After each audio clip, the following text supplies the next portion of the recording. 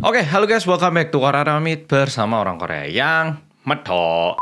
Oke, mungkin Pol udah ngeliat banyak berita di Korea akhir-akhir ini lumayan banyak ditemukan jasa-jasa di tempat yang lumayan random. Kayak kemarin itu di Incheon, tempat pengolahan limbah menemukan sepotong kaki. Terus sempat juga beberapa anak muda mereka mengeksplor gedung yang tertinggal, ternyata malah menemukan jasad manusia beneran. Dan di video kali ini aku mau menceritakan kejadian nyata beberapa konten kreator yang berkumpul pergi mengeksplor satu gedung yang tertinggal demi mencari uang dan bagaimana mereka berakhir. Langsung kita mulai. Oke, aku yakin Pol udah nonton videoku masalah Gonjiam. Nah, Gonjiam itu merupakan salah satu rumah sakit yang juga tertinggal dan nantinya lumayan menjadi horor sehingga banyak banget orang-orang yang pergi ke sana untuk mengeksplor. Nah, di Korea sebenarnya juga ada satu rumah sakit jiwa, namanya adalah Rumah Sakit Jiwa Yongwon. Nah, Yongwon ini sendiri berarti abadi. Jadi rumah sakit abadi gitu namanya. Dan tempat ini sebenarnya buka di awal tahun 2000-an, tapi nggak lama setelah itu ada kejadian bunuh diri massal di tempat itu yang nggak jelas apa yang mengakibatkan kejadian itu sehingga akhirnya rumah sakit itu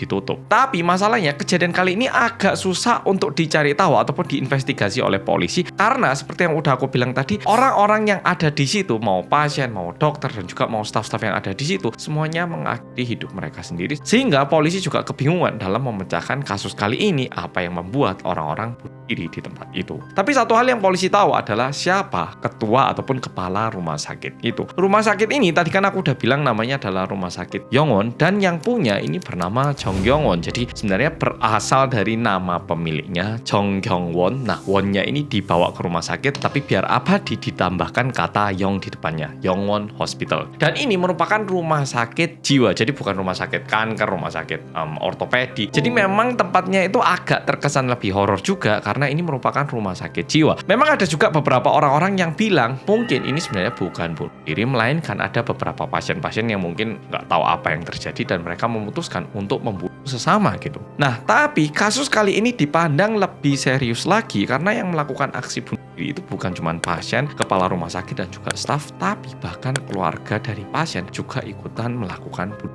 diri. Jadi bayangkan anak-anaknya ataupun keturunannya itu juga diajak melakukan bunuh diri, sehingga orang-orang itu mulai membuat spekulasi bisa jadi rumah sakit jiwa ini sebenarnya bukan rumah sakit jiwa, melainkan tempat lain yang kedoknya itu bilangnya rumah sakit jiwa dan mungkin mereka ini agama sesat atau gimana, sehingga ketika ketua dari agama itu bilang ayo kita mengakhiri hidup kita untuk masuk ke surga, mungkin para pengikutnya ataupun pasien-pasien yang di situ menjadi ikutan melakukan bunuh diri. Udah gitu, yang membuat kasus ini lebih susah lagi untuk dipecahkan adalah pemilik rumah sakit alias Jong Kyung-won ini ternyata memiliki koneksi yang sangat dekat dengan para polisi. Jadi ketika kasus ini terjadi, entah kenapa polisi itu terkesan kayak nggak mau mencari tahu ataupun menginvestigasi lebih dalam, dan juga terkesan pemerintah pun sedikit menutupi apa yang terjadi di rumah sakit itu. Dan jujur pemerintah pun lumayan khawatir, takutnya kalau berita ini diekspos di media, warga Korea pun jadi terlalu fobia dengan semua rumah sakit jiwa, sehingga kasusnya ini bisa dibilang tidak dipecahkan hingga tuntas hingga saat ini. Nah, tapi untungnya di akhir tahun 2010, di saat pemerintah Korea mulai menjadi lebih transparan, akhirnya kasus ini mulai dibuka sedikit demi sedikit. Nah, rumah sakit Yongwon ini ternyata betul pemiliknya Jong Kyung-won ini merupakan seorang pemimpin agama sesat, dan di rumah sakit itu yang merupakan 4 tingkat ini ternyata digunakan untuk berdoa dan juga melakukan ritual-ritual sesuai dengan kepercayaan agama sesat itu. Dan ketua agama itu alias Jong Kyung-won itu ternyata tinggal di lantai 4,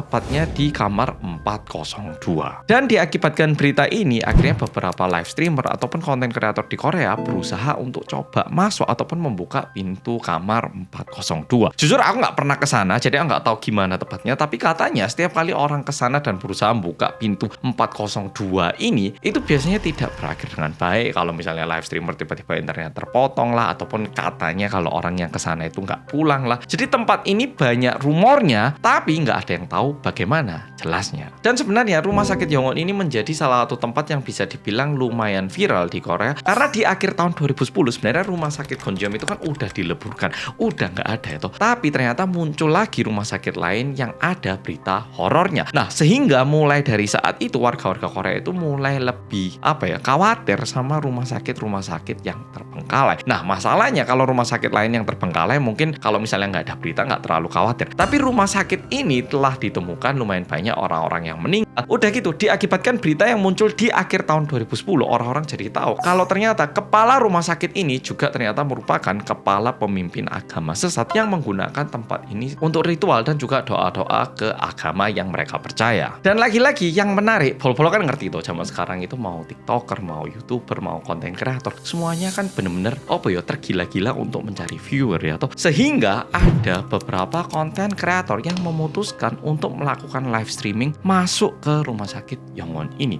Video ini tak upload kapan sih? Minggu depan, berarti tanggal 6 Juli tahun 2026 ya toh. Nah, untungnya live stream ini katanya bakal dilakukan pada tanggal 9 Juli tahun 2026 dan konten kreator ini ternyata berasal dari Indonesia. Jadi dari Indonesia sengaja datang ke Korea untuk nyoba mengeksplor tempat ini katanya. Dan berdasarkan info yang aku cari, katanya pol-pol yang ada di Indonesia juga bisa nonton dan ini bisa ditonton di bioskop terdekat rumah polo-polo katanya. Oke, aku gak kuat nahan ketawa.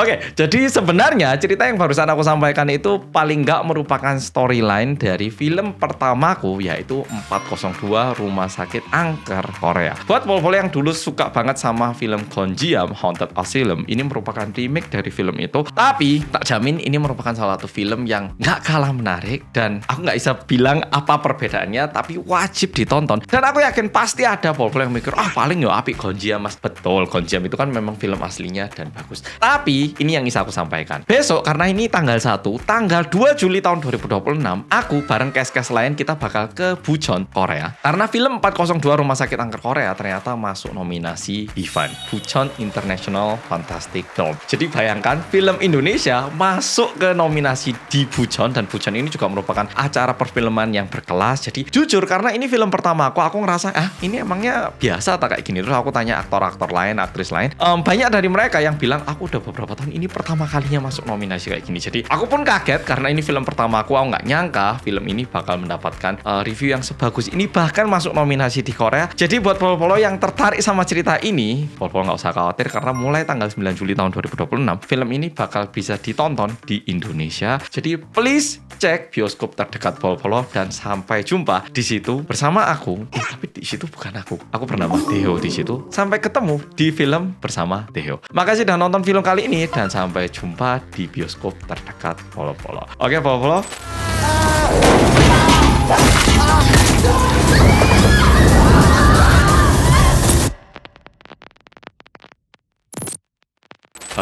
Karena ini film pertama aku, mohon actingnya jangan diketawain, mohon ditonton. Dan buat yang nonton, please tag aku di Instagram karena aku pengen tahu banget gimana review polo-polo dan juga perasaan polo-polo ngeliat aku di layar lebar. Oke, sampai jumpa. Isin aku.